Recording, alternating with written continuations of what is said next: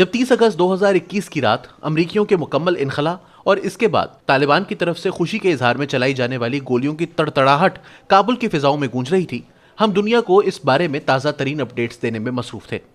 मेरे साथ तुर्क टीवी के अली मुस्तफ़ा और खैबर टीवी के वकास शाह थे। हम इस बात पर खुशी से सरशार थे कि हम सिर्फ खबर नहीं बल्कि एक तारीख देख और रिपोर्ट कर रहे हैं। अल सुबह बिस्तर पर सोने के लिए गया तो आंखों में नींद की बजाय सोचों का एक समंदर उमड़ आया। सोचता रहा कि अमेरिका ने अपने मुफादात के लिए न सिर्फ अफगानिस्तान को तहत किया बल्कि दहशतगर्दी के खिलाफ इस जंग में 20 साल के दौरान $8 ट्रिलियन खर्च करके अफगानिस्तान और पाकिस्तान समेत पूरी दुनिया के 80 ममालिक में 9 लाख अफराद की जिंदगियों के चिराग भी गुल किए। 3 करोड़ 80 लाख अफराद अपने घर बार छोड़ने पर मजबूर हुए। 2055 अमरीकी फौजी भी मारे गए, मगर इस सब के बावजूद अफगानिस्तान का इंतजाम वापस तालिबान के पास चला गया। यानी तालिबान से तालिबान तक के इस सफर की इतनी बड़ी कीमत। इधर पाकिस्तान में भी तालिबान की कामयाबियों की खुशियां मनाई जा रही थीं। कुछ लोगों को इस बात का एहसास नहीं था कि अब अफगानिस्तान में एक ऐसे दौर का आगाज होगा जिसमें सबसे ज्यादा पाबंदियां खवातीन को भुगतना पड़ेंगी, और अहम बात तो यह कि पाकिस्तान के लिए भी शायद हालात में कोई नया बदलाव ना आए। मुझे इस बात पर कोई शक नहीं कि तालिबान को दहशतगर्दी के खिलाफ जंग के दौरान हमारे किरदार के बायस पाकिस्तान से शिकायतें जरूर हैं, मगर वो पाकिस्तान को मुख्तलिफ वजूहात की बिना पर अजीज भी रखते हैं। इसके साथ साथ तालिबान अपने मुफादात के भी पक्के हैं। अगर कभी बाहम दोस्ती और अफगानिस्तान के मफादात का टकराव आया तो वो अफगानिस्तान के मफादात के तहफ़्फ़ुज़ को ही चुनेंगे। तालिबान की दोस्ती और इनके मफादात के हवाले से आपको 2 वाक़यात सुनाना बहुत ज़रूरी है।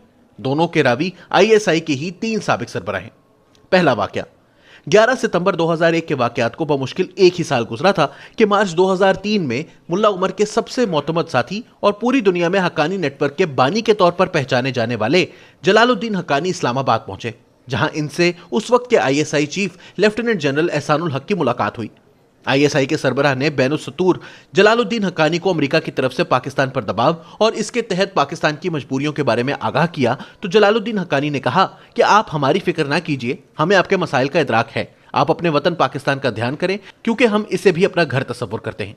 ये कहकर हक्कानी चले गए। याद रखने की बात यह है कि उस वक्त तक पाकिस्तान तालिबान के सफीर मुल्ला अब्दुल सलाम ज़ईफ समेत अहम तालिबान और अलकायदा रहनुमाओं को पकड़ पकड़ कर अमेरिका के हवाले कर रहा था।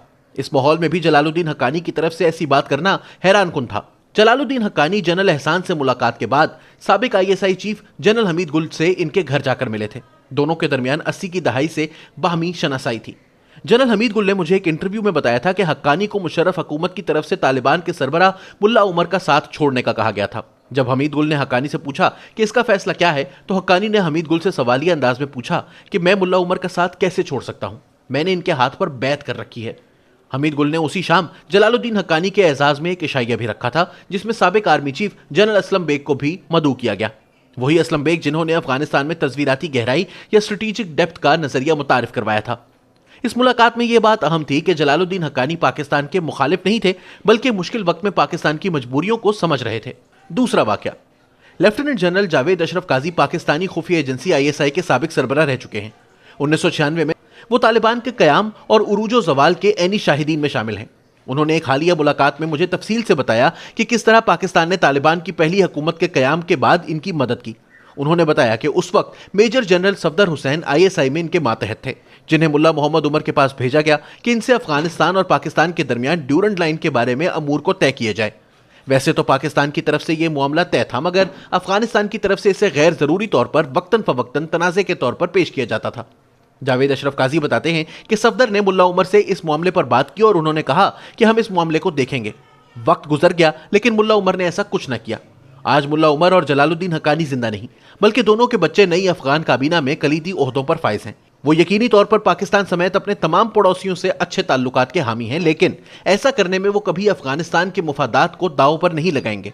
ये सब बताने का मकसद ये था कि अफगानिस्तान में अमरीकी पॉलिसियों के बाइस तालिबान से तालिबान तक की वापसी का सफर तो हो गया, लेकिन हम पाकिस्तानियों को पहले भी समझ नहीं आई थी और अब भी सूरत हाल ऐसी ही है और हम खुशी से बेहाल हुए जा रहे हैं।